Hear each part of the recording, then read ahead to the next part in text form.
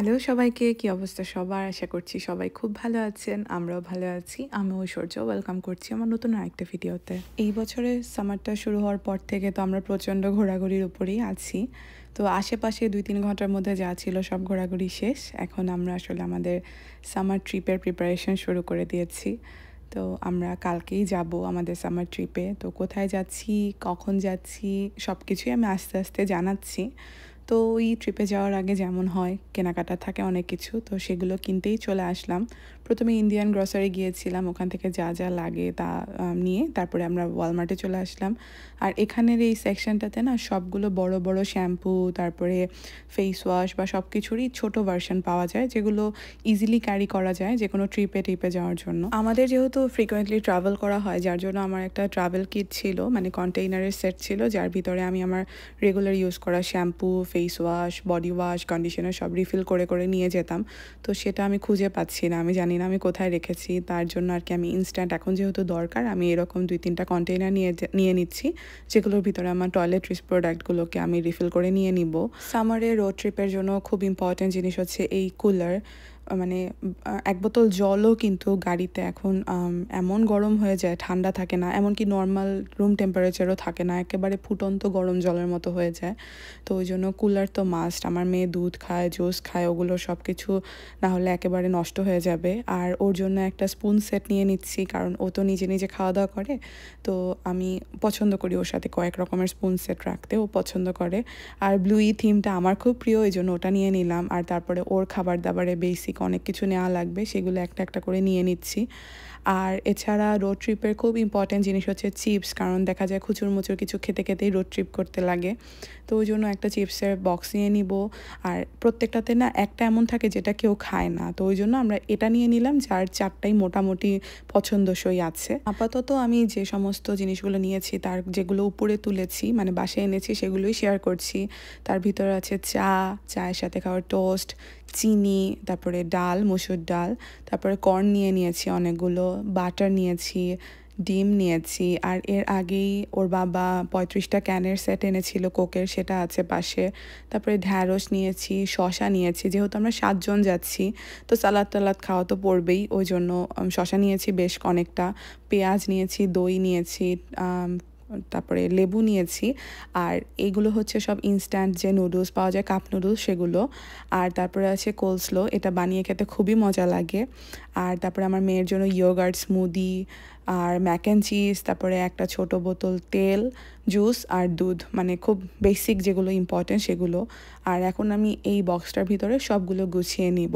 আজকে যা যা নিয়েছি তার মধ্যে কিছু জিনিস আমি নিয়ে যাব, আর কিছু জিনিস আমি রান্না করে নিব। যেমন ঢ্যাঁড়স নিয়েছি, আমার মেয়ে যেহেতু ঢ্যাঁড়স ভাজি দিয়ে ভাত খায়, তো ওর জন্য একটু ঢ্যাঁড়স ভাজি করে নিয়ে যাব।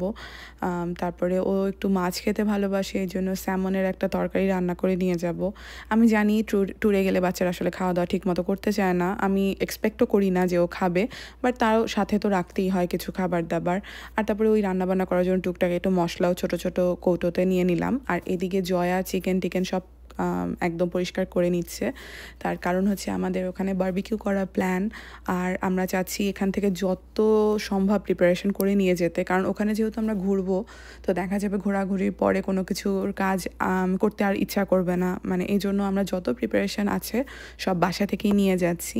তো প্রথমে জয়া এসে ও চিকেন আর ফিশ সবগুলোকে খুব ভালো মতো করে ক্লিন করে নিয়েছে।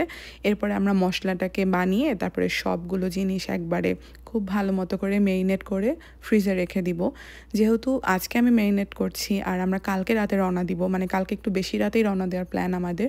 এই এতখানি সময়ের মধ্যে সবটাই একদম ভালো মতো করে বরফ জমে যাবে, আর পরে কুলারের মধ্যে যাতে আমরা খুব সুন্দর মতো সাজিয়ে নিতে পারি, এই জন্য আমি প্রত্যেকটা চিকেন তারপর প্রত্যেকটা ফিশকে আমি আলাদা আলাদা করে প্লাস্টিক র্যাপ করছি, যাতে ইভেনলি একদম ছড়িয়ে দেওয়া যায় আর প্রত্যেকটার উপর দিয়ে বরফ খুব সুন্দর মতো দেওয়া যায়।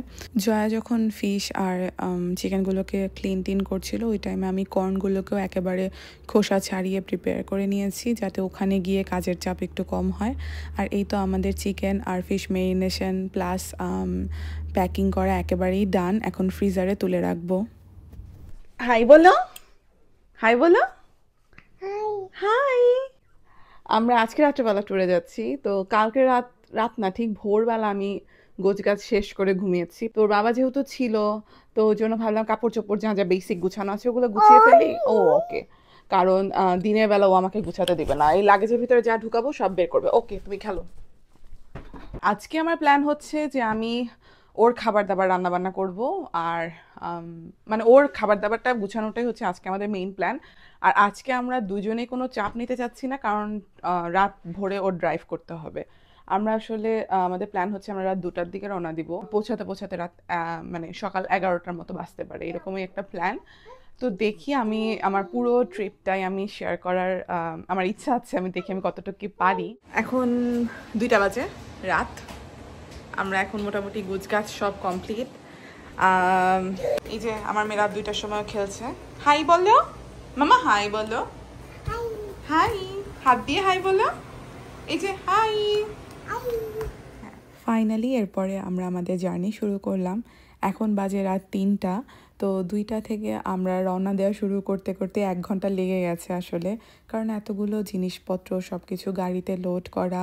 আর তারপরে যেহেতু এই গাড়িটা আমরা রেন্ট নিয়েছি, যার জন্য এর ভিতরে তো আমার মেয়ের কার সিট আগের থেকে সেট করা ছিল না, তো সব কিছু সেট টেট করে লোড করতে করতে আমাদের প্রায় 3টাই বেজে গেছে রওনা দিতে দিতে। আর এরপরে আমরা প্রায় 2.5 ঘন্টা পরে আমাদের প্রথম স্টপটা নিলাম। এখন আমরা একটা গ্যাস স্টেশনে আসলাম, এখান থেকে জাস্ট একটু কফি টফি তুলে তারপরে আমরা আবার আমাদের জার্নি শুরু করব। আর এদিকে মাত্র ভোর হতে হতে যাচ্ছে, এত সুন্দর লাগে এই সময়টা। সচরাচর তো এই দৃশ্য আমাদের দেখা হয় না রেগুলার লাইফে, যদি একটু ট্রাভেল করি তাহলেই দেখা যায়। আর আমার মেয়ে তো তার শান্তির ঘুম ঘুমাচ্ছে, কারণ এখন একেবারেই ওর ঘুমের টাইম। তো আসলে বাচ্চা নিয়ে ট্রাভেল করার ক্ষেত্রে রাত্রিবেলা ড্রাইভ করাটা আসলে অনেক প্লাস পয়েন্ট বলে আমি মনে করি, কারণ বাচ্চাদের তখন ঘুমের টাইম থাকে, তো ট্রাভেল করা অনেক ইজি হয়ে যায়। এরপর আমরা আমাদের জার্নি আবার কন্টিনিউ করছি। আর এটা তো ছিল আমাদের প্রিপারেশন কাম জার্নি স্টার্টের ভিডিওটা, আর পুরো ট্রিপের ভিডিওগুলো পার্ট বাই পার্ট একটার পর একটা আমি আপলোড করব। এই তো আজকের ভিডিওটা আমি এখানেই শেষ করছি। সবাই ভালো থাকবেন, আর আমার ভিডিও ভালো লাগলে একটা লাইক, কমেন্ট আর সাবস্ক্রাইব করবেন আমার চ্যানেলে।